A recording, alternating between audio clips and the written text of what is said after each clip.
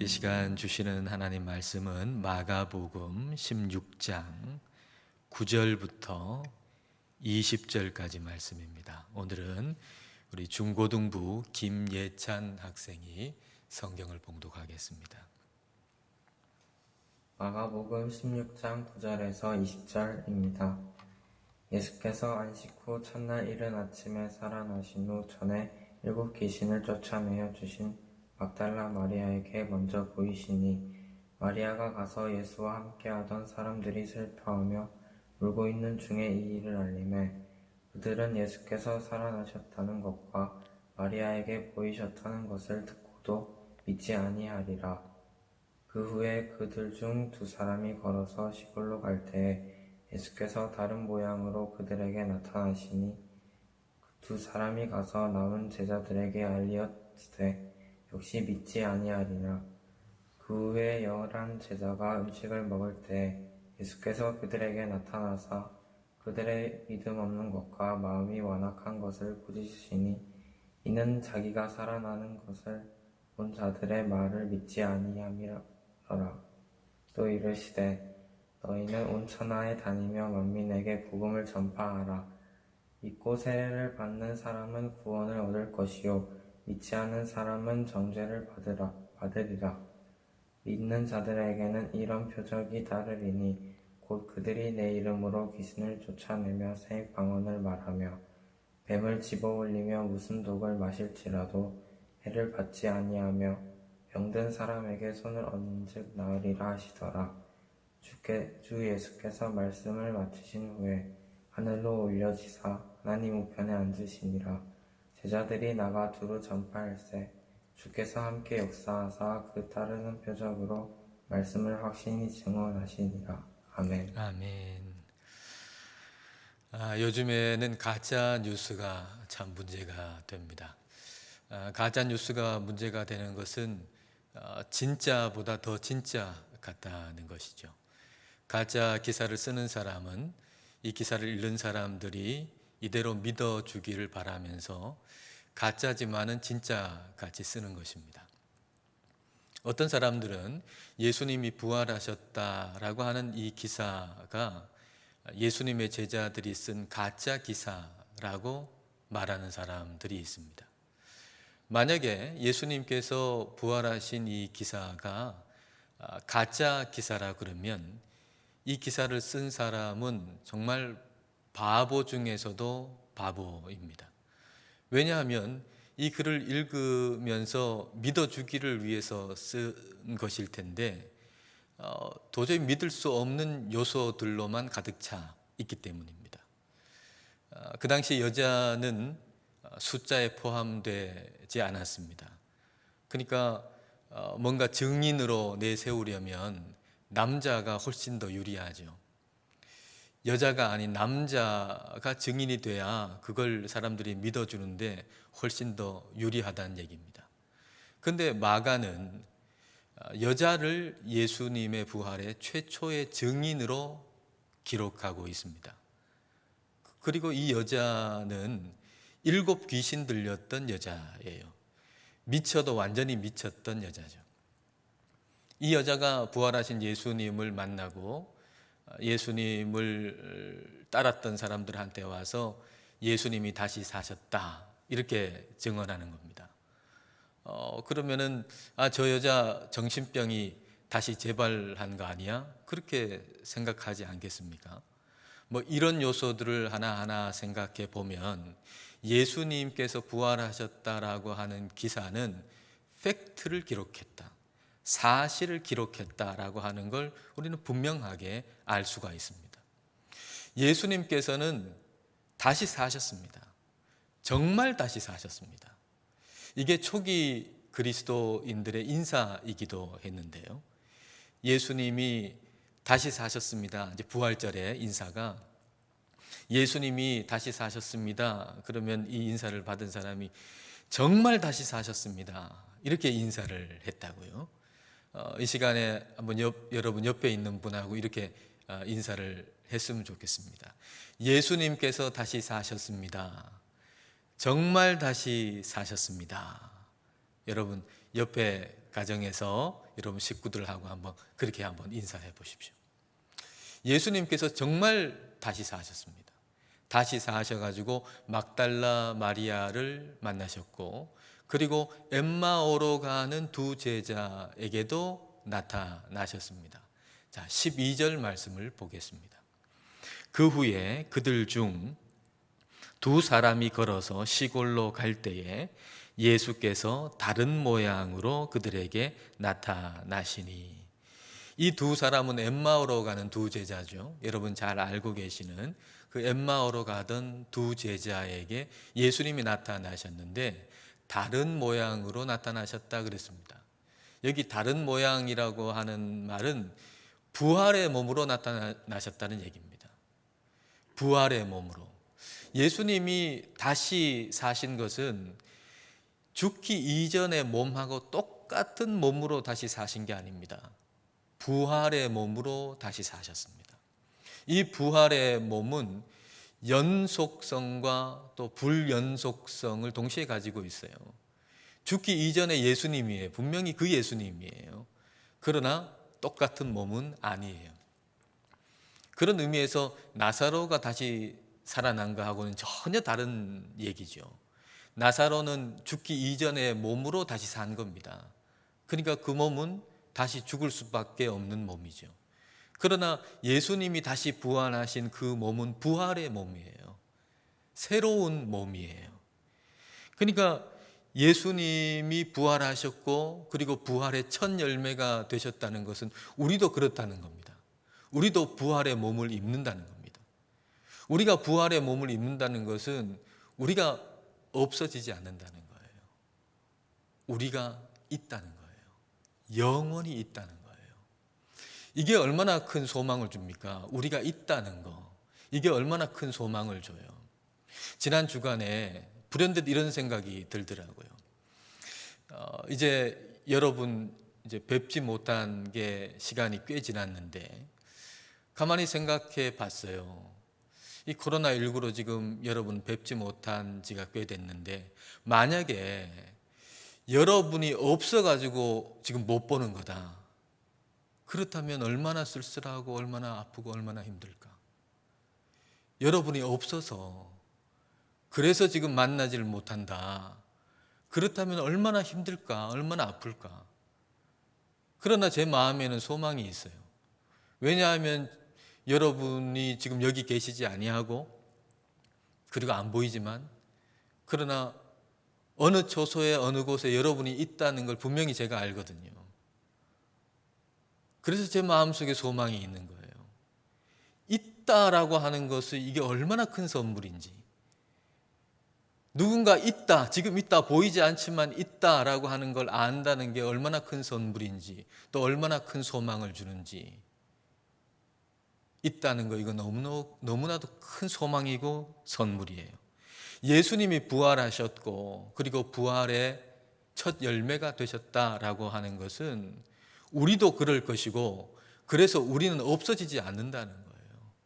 우리는 있어요. 없어지지 않아요. 죽어도 없어진 게 아니에요. 우리는 있어요. 영원히 있을 거예요. 그러므로 예수님께서 부활하셨다라고 하는 이 소식은 너무나도 기쁜 소식이지요. 근데 이 소식을 들은 제자들의 모습이 어땠는가? 13절 말씀 볼까요? 두 사람이 가서 남은 제자들에게 알리었으되 역시 믿지 아니하니라. 이번에는 증인이 두 사람이잖아요. 두 사람이 동시에 부활하신 예수님을 만났고 그리고 제자들한테 가가지고 예수님 다시 사셨다라고 하는 걸 말했지만 그들이 역시 믿지 않았다는 것입니다. 참으로 믿기 어려운 이야기임에는 틀림없습니다. 그러나 우리 제자들을 생각해 보면 좀 이상한 면이 있어요. 왜냐하면 예수님께서 누누이 말씀하셨거든요, 제자들한테. 예수님께서 죽으시고 3일째 되는 날 다시 사신다는 얘기를 누누이 하셨어요. 그 말씀을 안 하셨으면 모를까. 그 말씀을 누누이 말씀하셨다고요. 그러면 제자들 마음속에 예수님이 십자가에서 죽으셨다. 그러면 3일 되는 날에 다시 사신다. 그렇게 예수님 말씀하셨는데 그런 기대가 있어야 되지 않겠어요? 그럼 보자, 주일이잖아. 오늘 다시 사실 거야. 그렇게 말씀하셨으니까. 그때 누군가 와가지고 예수님 다시 사셨다 그러면 와, 정말 말씀하신 대로 사셨네. 이렇게 돼야 하지 않겠어요? 최소한 제자들은. 근데 그렇지 않았다는 거죠. 믿지 않았다는 거죠. 그 말은 예수님께서 몇 번이고 하신, 다시 사신다고 하는 그 말씀에 대한 기대가 없었다라고 하는 얘기입니다. 내 생각과 주님의 말씀이 있어요. 내 생각은 사람이 죽으면 다시 못 산다 하는 게 내 생각이고, 그리고 예수님의 말씀은 예수님이 죽으시고 제3일에 다시 사신다라고 하는 게 예수님 말씀이에요. 이 두 가지가 만났어요. 내 생각과 주님의 말씀이 만났어요. 그럴 때 내 생각을 가지고서, 내 생각을 기반으로 해가지고 예수님 하신 말씀을 의심했던 거죠, 제자들은. 근데 정반대가 되어야 합니다. 예수님의 말씀을 가지고서 나를 의심하는 것이 맞는 일이죠. 의심의 방향이 바뀌어야 합니다. 의심 없는 믿음이라고 하는 것은 의심의 방향이 바뀐 믿음입니다. 성경을 우리가 읽을 때 내가 흔들리지 않는 기반, 베이스가 돼가지고 성경을 읽으면 내 생각, 내 상식하고 안 맞는 구절을 읽을 때는 의심이 생겨요. 예수님 부활하셨다라고 하는 구절을 읽을 때 내 생각이 기반이 되면, 내 상식이 기반이 되면, 그러면 아니 뭐 사람이 다시 산다고? 도대체 어떻게 죽었다가 다시 살아나? 말도 안 돼. 뭐 이런 생각이 들죠. 그럴 때 보통 믿는 사람들은 어떻게 합니까? 그런 의심의 생각이 들 때 아니지, 내가 이렇게 의심하면 안 되지. 이런 생각 들잖아요. 빨리 의심을 없애버려야지. 그렇게 노력한다고요. 근데 그럴 때 그렇게 하지 말고 의심을 없애려고 하지 말고 의심의 방향을 바꾸라는 겁니다. 우리는 이성적인 사고를 하는 사람들이에요. 이성적인 사고라고 하는 것은 의심이라고 하는 요소가 반드시 들어가 있어요. 그러니까 우리가 정상적으로 생각하고 이성적으로 생각하면서 사고하면서 살아가는 날들 동안에 의심이라고 하는 요소가 없어질 수 없어요. 그렇기 때문에 의심을 없애려고 하지 말고 의심의 방향을 바꾸라는 거예요. 의심의 방향을. 하나님 말씀을 향해서 의심하지 말고 나를 향해서 의심하라는 거예요. 나를 향해서. 하나님 말씀이 흔들리지 않는 기반 베이스가 돼가지고 이제 나를 의심하는 거예요. 아니, 예수님께서 부활하셨다라고 하는 성경 구절을 의심하는 너는 도대체 어떤 인간이냐? 너 의심하는 그 생각은 도대체 어디서부터 온 거냐? 라고 의심의 방향을 하나님의 말씀에서 나를 향하도록 바꾸라는 겁니다. 영적 성장의 길은 뭔가 하면은 성경 말씀을 통해서 나를 끊임없이 의심하는 과정이라고 할 수 있어요. 영적으로 우리가 성장한다는 얘기는 그 말씀을 통해 끊임없이 나를 의심하는 과정, 그 속에서 우리는 계속 성장하게 되어져요. 나를 의심하는 과정을 통해서 내 안에 있는 견고한 진이 있거든요. 죄인에게는 견고한 진이 있어요. 말씀이 파고 들어올 수 없는 견고한 진. 근데 나를 의심하는 그 과정을 통해 가지고 견고한 진의 틈이 생겨요. 그 틈을 통해서 말씀이 들어오는 거예요. 그리고 그 견고한 진이 무너져요.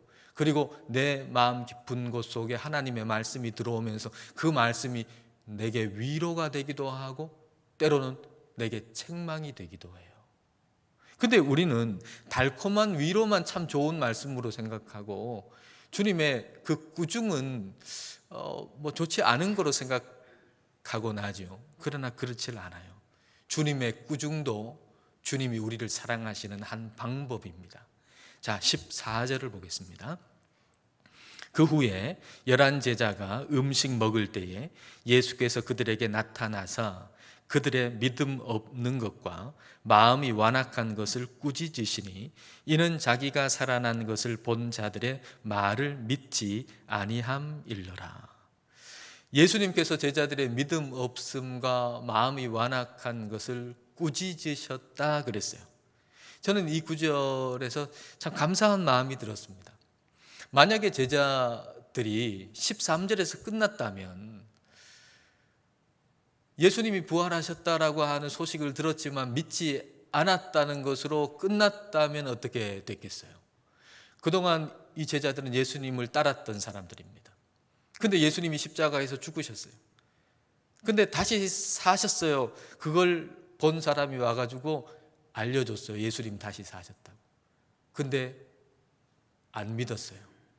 그거로 만약 끝났다 그러면 이 제자들만큼 불쌍한 사람이 어디 있겠습니까? 사도 바울이 그렇게 말하죠. 성령님이 사도 바울을 통해 말씀하시죠. 고린도전서 15장 말씀 보겠습니다. 만일 그리스도 안에서 우리가 바라는 것이 다만 이 세상의 삶뿐이면, 부활이 없다면, 부활을 믿지 않는다면 모든 사람 가운데 우리가 더욱 불쌍한 자이리라. 부활이 없다면, 부활을 믿지 않는다 그러면 우리가 제일 불쌍한 사람이라는 거예요. 우리가 제일. 그러므로 주님의 꾸짖으심은 너무 감사한 일이죠. 너무 감사한 일이에요. 저는 예수님께서 제자들을 이제 꾸짖으실 때에 그때 모습을 이렇게 상상해 봐요.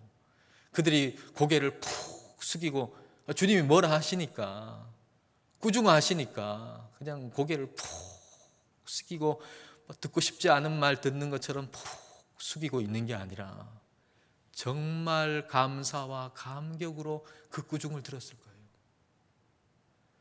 죽었다가 다시 사신 예수님이 나타나셔서 오셔서는 나를 꾸짖어 주시니 이거 얼마나 감사한 일입니까? 저는 오늘 이 부활절에 우리 마음속에 믿음 없음과 그리고 마음이 완악한 것에 대해서 우리 예수님이 우리를 좀 꾸짖어 주시기를 원합니다. 그래서 우리가 좀 새로워지게 해요.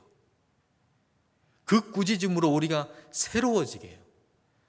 새로워진다라고 하는 것은 새로운 욕망이 생긴다는 거예요.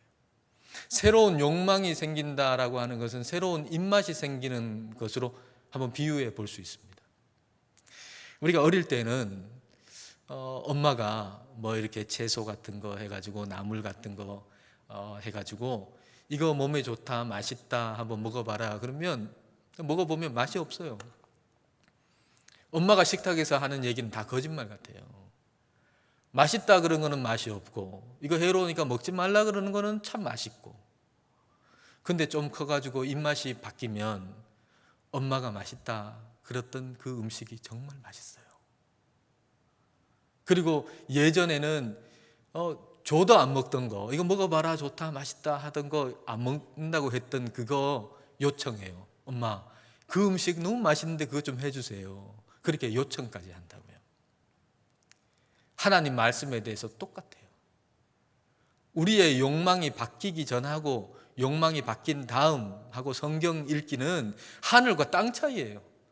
다 똑같이 성경 읽는 거 아니에요.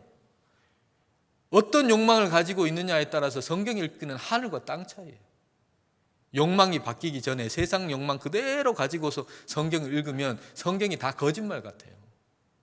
성경에서 좋다고 하는 거는 다 안 좋게 느껴지고, 안 좋다 그런 거는 또 괜찮게 여겨지는 거예요. 구하라 그러는 거는 구하고 싶지 않고, 구하지 말라는 건 자꾸 구하고 싶은 거예요. 근데 욕망이 바뀌고 나서 성경을 읽으면 진짜 말 그대로 하나님이 하신 말씀 그대로예요. 하나님이 좋다고 하는 건 정말 선한 거고, 하나님이 악하다 그런 건 정말 악한 거예요. 그리고 요청하는 거, 기도하는 것도 달라지죠. 예전에 기도하지 않던 거, 요청하지 않던 거, 하나님 나라를 구하고 요청하게 되는 겁니다. 부활하신 예수님을 믿는다라고 하는 것은 새로운 입맛, 새로운 욕망, 새로운 갈망이 생기는 거예요. 새로운 갈망이. 부활하신 예수님을 전하고자 하는 갈망이죠. 이 갈망은 거룩한 갈망이 생기는 거예요. 자, 15절 말씀을 보십시다. 또 이르시되 너희는 온 천하에 다니며 만민에게 복음을 전파하라.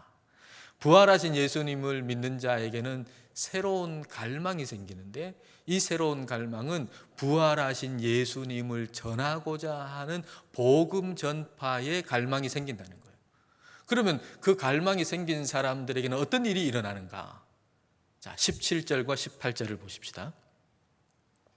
믿는 자들에게는 이런 표적이 따르리니 곧 그들이 내 이름으로 귀신을 쫓아내며 새 방언을 말하며 뱀을 집어 올리며 무슨 독을 마실지라도 해를 받지 아니하며 병든 사람에게 손을 얹은즉 나으리라 하시더라. 여러분, 이 구절은 모든 사람에게 다 적용되는 구절이 아닙니다. 이건 부활신앙을 가지고서 새로운 갈망, 부활하신 주님을 전하고자 하는 새로운 갈망을 가진 사람들에게 적용되는 말씀입니다. 그러니까 부활신앙도 없고 새로운 갈망도 없는 사람은 이 구절을 읽을 때 오해할 수밖에 없어요. 아니, 독을 마시는데 해를 안 받는다고? 말도 안 돼. 뭐 그렇게 생각하시는 분도 있으실 거고, 또 어떤 사람은 나 예수님 믿는데 독 한번 마셔볼까? 말씀이 진짜 맞는지 한번 시험해 볼까? 독 마셔도 해를 안 받는가? 뭐 이렇게 생각하는 사람도 있을 겁니다. 사탄이 예수님을 시험할 때에 성전 높은 곳에 데리고 가가지고 한번 여기서 뛰어내려봐라. 시편 91편에 하나님이 천사를 보내가지고 네 발이 돌에 부딪히지 않게 해준다고 성경에 기록되어 있지 않냐? 한번 뛰어내려봐라. 그럴 때 예수님 뭐라고 하셨습니까? 하나님 시험하지 마라 그랬잖아요. 그런 것처럼 너 독 한번 마셔봐라. 여기 지금 독이 있는데 한번 마셔봐라. 성경에 마가복음 16장에 독을 마셔도 해를 안 받는다고 돼 있잖아. 너 믿음 좋잖아. 너 예수님 믿잖아. 한번 해봐. 그럴 때 어떻게 해야 됩니까? 하나님 시험하지 마라. 그래야 되죠. 그 독 마시면 안 됩니다. 여기서 말씀하시는 건 그런 말씀이 아닙니다. 여기서 믿는 자라고 하는 것은 부활 신앙을 가지고서 예수 그리스도의 복음을 전파할 새로운 갈망을 가지고 있는 사람을 의미하는 겁니다. 그러니까 이 새로운 갈망을 가진 사람은 그 사람의 삶이 그 갈망 때문에 더 쉬워지느냐? 그렇지 않습니다. 오히려 더 어려워질 수 있습니다. 에베레스트 산을 한번 내가 올라보고 싶다라고 하는 갈망이 생긴 사람은 편안하고 안전한 방구석에서 나와야 됩니다. 그리고 더 험하고 어려운 환경에 처해야만 합니다. 그 새로운 갈망 때문에 더 어려운 환경에 처하게 되는 거예요. 그러니까 우리가 부활신앙을 가지고서 예수 그리스도의 그 부활을, 죽음과 부활을 전하고자 하는 그 새로운 갈망이 생길 때도 마찬가지로 어려운 환경에 처할 수밖에 없게 되는 것입니다. 그래서 17절과 18절은 이렇게 읽을 수가 있어요. 자, 여러분 화면에 17절과 18절을 여러분 눈으로 보시고 그 의미를 제가 읽어 드릴 테니까 한번 귀로는 그 의미를 한번 들어보십시오. 부활신앙을 가지고 새로운 갈망을 가지고 네가 복음을 전파할 때 너의 삶에는 어려운 일이 생길 거야. 귀신이 더 방해를 할 텐데 그때 내가 그 귀신을 쫓을 힘을 줄게. 너의 말, 너의 언어로는 해결이 안 되는 어려운 일이 생길 거야. 그때 내가 너에게 능력 있는 새 말을 너의 입에 넣어줄게. 뱀을 만나는 것과 같은 어렵고 독한 상황을 만나기도 할 텐데 그때 내가 그것을 돌파할 힘을 줄게. 네가 십자가와 부활의 복음을 전할 때 넌 이전에는 만나지 못했거나 지나쳐 버렸던 가난하고 병들고 어려운 사람들을 더 많이 만나게 될 거야. 그때 내가 그들을 도울 힘을 너에게 줄게. 저는 이 구절이 이렇게 읽히더라고요. 부활신앙을 가진 사람은 새로운 갈망을 가지게 되는데 그 새로운 갈망 때문에 더 어려운 환경으로 나아가기도 하고 그리고 더 어려운 사람을 더 많이 만나기도 합니다. 그러나 그때마다 하나님이 함께 하시는 거예요. 그때마다 하나님께서 함께 하셔서 부활신앙과 그 예수 그리스도의 십자가와 부활을 전하려고 하는, 복음을 전하려고 하는 새로운 갈망을 가진 사람은 이전보다 훨씬 더 하나님이 나와 함께 하신다고 하는 더 많은 경험을 하면서 더 풍성한 삶을 살아가게 된다는 것입니다. 부활신앙과 새로운 갈망이 저와 여러분의 심령 가운데 차고 넘치게 부어지시기를 주님의 이름으로 축복합니다. 기도하시겠습니다. 이 시간 우리 기도하실 때 예수님께서 부활하심과 부활의 첫 열매 되심으로 우리 역시 부활의 몸을 입을 것을 감사함으로 기도하십시다. 혹 마음에 믿어지지 않는 굳은 마음이 있다면 주님께서 꾸짖어 주시기를 기도하십시다. 그리하여 오늘 우리 모두의 마음에 부활신앙과 부활하신 주님의 복음을 전하는 새로운 갈망을 부어주시기를 기도하십시다. 새로운 갈망으로 인해서 더 어려운 환경으로 나아가기도 하고 더 어려운 사람들을 만나기도 하겠지만 그럴 때마다 함께 하시는 주님을 더 많이 경험하는 풍성한 삶을 살기를 우리 함께 기도하시겠습니다.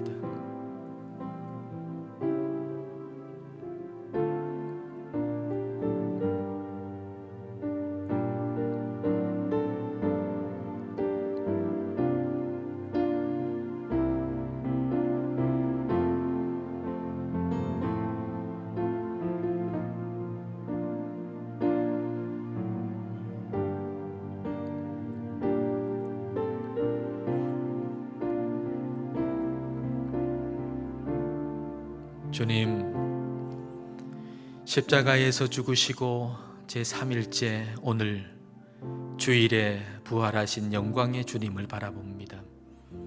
다시 사신 주님을 믿는 모든 주의 사람들 마음에 소망을 넘치도록 부어 주옵소서. 그리고 혹 우리 마음에 여전히 믿지 못함과 완악한 마음이 있으면 제자들에게 그러셨듯이 꾸짖어 주옵소서. 주님의 그 사랑의 꾸짖음으로 우리 모두의 마음에 부활신앙과 주님의 복음을 전파하는 새로운 갈망이 샘솟듯 일어나기를 원합니다. 새로운 갈망으로 인해서 더 어려운 환경도 만나고 더 어려운 사람들도 만나겠지만 주님께서 함께 하시는 더 많은 역사하심도 경험하는 풍성한 삶을 살아가게 하옵소서. 죽으시고 다시 사신 예수님 이름으로 기도드립니다. 아멘.